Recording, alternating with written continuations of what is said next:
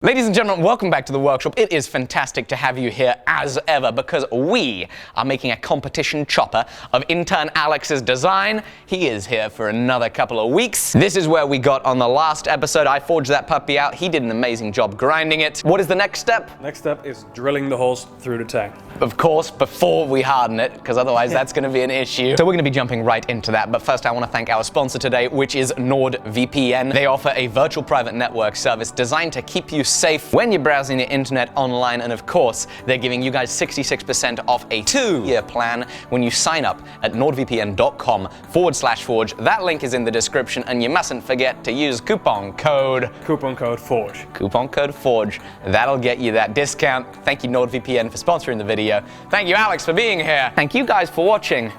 Let's drill some holes. We just got to get set up for drilling, put some wood in, clamp down the blade, and poke some holes in it.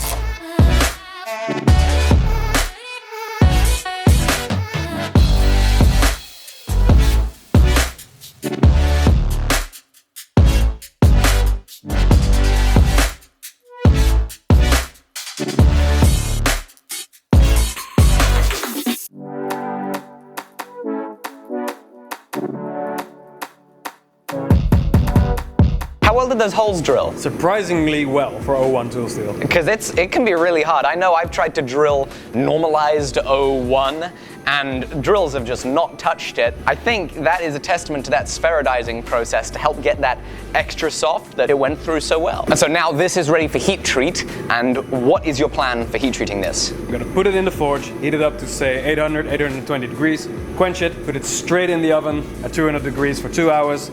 And then we're going to draw back the temper on the spine, since this needs to be able to absorb so much shock that it's going to help make a tougher blade and give it some extra flexibility and strength. Brilliant. Right. Forge is hot. Over to you.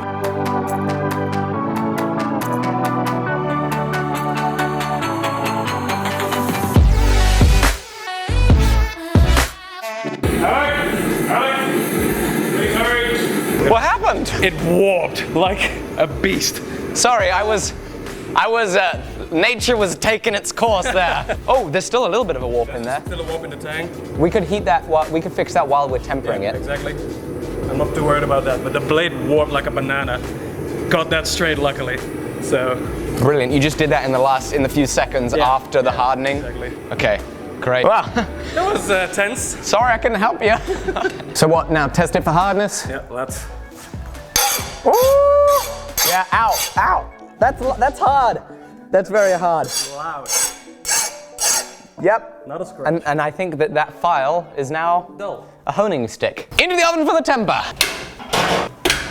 So while that's tempering, we've got some time. This here is some stabilized mango from Ben over at Greenberg Woods. Thank you, Ben. Make sure you guys go check him out. This has some beautiful colors in it. It just looks holographic. I'm excited to work with it. It has some beautiful figure in there. So I guess I just gotta go to the bandsaw and cut some slabs. Outstanding.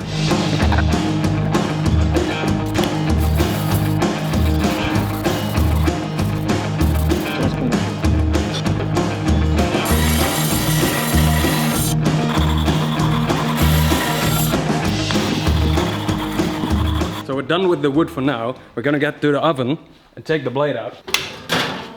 And what we're gonna do is we're gonna run straight here into the vise to straighten out that bent tang with a little bit of tender love and care. That does not look tender, loving, or caring. But, is it straight? You ready? Try it again. There's also a warp in the blade again. There's a warp in the blade now. Also got a warp in the blade. We didn't get the warp in the tang out. Maybe we get lucky. Here's what our setup looks in the vise. It's just 2 pieces of angle iron, then 2 pieces of round stock. This is how we've straightened swords in the past when they've had a bend. Pull it out, have a look. Still a bend. Still a bend? Yeah. Can I have a look at it? Oh yeah, still a warp. This is a big problem. It's a big problem. So since this is bent, what we have done, and we already planned to do this, we plan to draw back the temper on the spine using a torch and with the blade suspended in water so the edge stays nice and hard. We're gonna do that, but we're also gonna use the heat that we put in there from tempering the spine to allow us to straighten out our warp. 3, 2,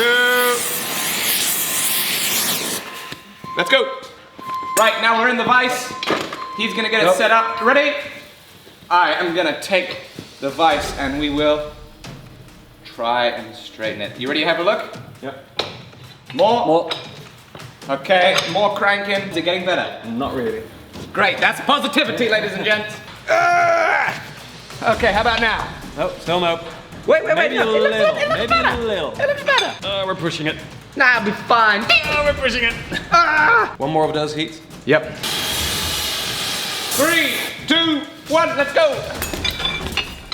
Ready? Go. And 1, 2. Woo! How about that? More? How about that? Still more. That doesn't look good. How about that? That is way straighter than it was. Oh yeah, that's better than it was. I think we need to come back a little more. I think we got it at the top. Woo! This is stressful. Seems to be working though. Oh, look at those temper colors though. Let's go. Oh boy, that doesn't look good. How's it look? It needs more, doesn't it? Yep. Yeah. This doesn't get easier. More in the middle now. Okay, I'm gonna really go for it this time. Oh, dear. I'm gonna really go for it. Oh boy. Oh my goodness. Why are we doing this? That doesn't look right. Okay, let's pull it out. Is that still warped? It's still bent the same way, but it's way better. How is that still bent? Some would say it was hell bent. On bean bent. I'm about close to losing my temper. I think it needs a torch of heat. Yeah, that was a stretch. No. I think you mean that was a flex. Right, stop rolling. Round 4. Let's go. And now we're gonna work on the tang area. Oh, that's scary. Oh, that doesn't look good. All right, is it straighter? That's a lot better. Oh, I think that's pretty close. Yeah, pretty close indeed. There's a slight twist in the tang that we need to grind out, but we've got so much material that we're gonna be just fine. That was an ordeal. It was. Good work. Woo! So now, this thing needs some more grinding. I was wrong. Alex kindly pointed out to me that we haven't properly drawn back the temper on the spine. All we did is straighten it. So more temper on the spine, then grinding.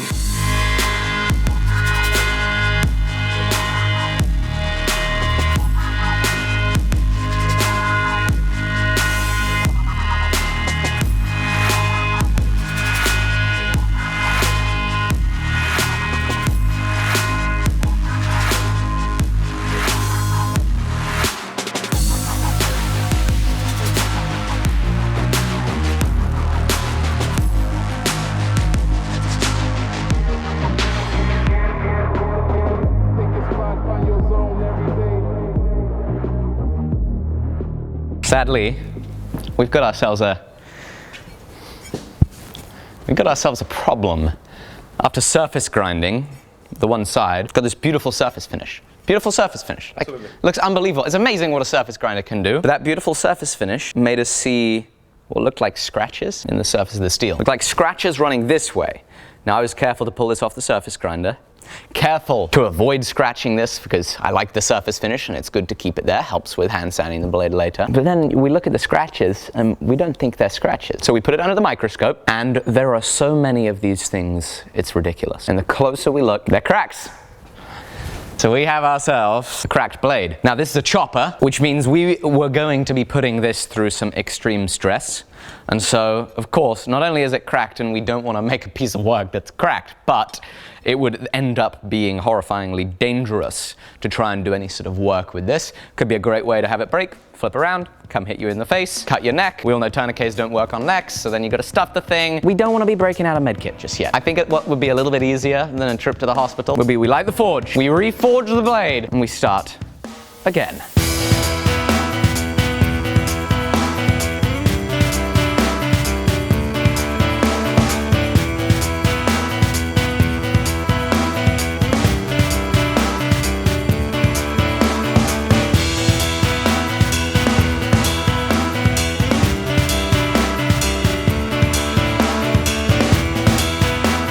So we've got the blade forged out. Why do we think that that second blade cracked? Well, there are a couple of reasons that I can think that it would happen. O1 is a steel that doesn't like being forged hot. I may have got that too hot in the forging. We also didn't normalize it after our spherodizing cycles, before our hardening.